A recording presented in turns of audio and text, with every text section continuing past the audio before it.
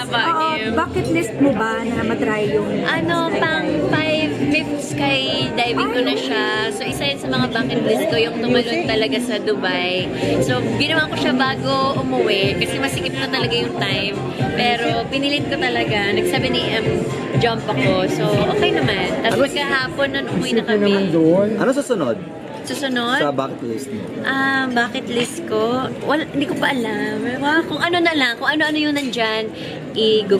Basta adventure. O, yun na naman si MJ. Din yung mayon kahapon. Kanina yun. Kanina, because of the jump shot niya ni Ay, oo, yung mga tao nag-show kami sa Sorsogon, tsaka Agusan ni Paolo. Masaya naman kami. Napatalon kami sa dami ng nanonood pala ng Linlang, ng Secretary Kim.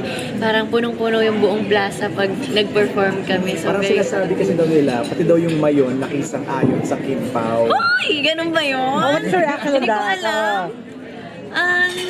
Maganda yung mayon. Wala siyang clouds. Isa siyang Uy, yun lang. clear. Pero napakita kasi yan, ibig sabihin. Maganda. Oo, yun eh. Ganun ba Sumasang-ayon yun? sa love life. Rare ba yun?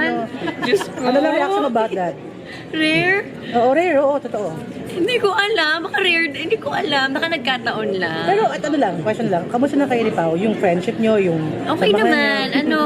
Ang dami naming ginagawa lately na magkasama, and then marami din kaming show. So sobra kaming very happy and overwhelmed sa natatanggap naming love, support. Nakilala mo na ba siya, Kim? In what way?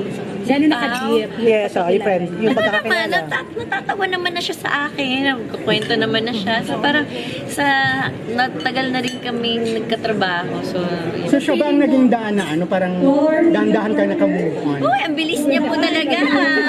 Sabihin ang salita. Sa career and sa personal, things are better kasi medyo nag-level up yung nagdaanan mo.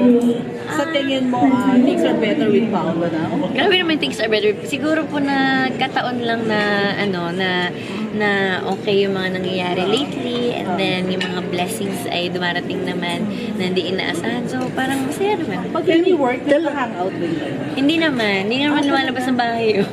Hindi lang kasasalang sa especially for you. Hoy, alam mo ikaw? Hindi, ba't di kayo lumalabas? Di kayo lumalabas yung Ay, hindi. bukod sa Busy trabaho? din po. Sobrang busy din po. Kaya hindi rin talaga. Pero Kim, sa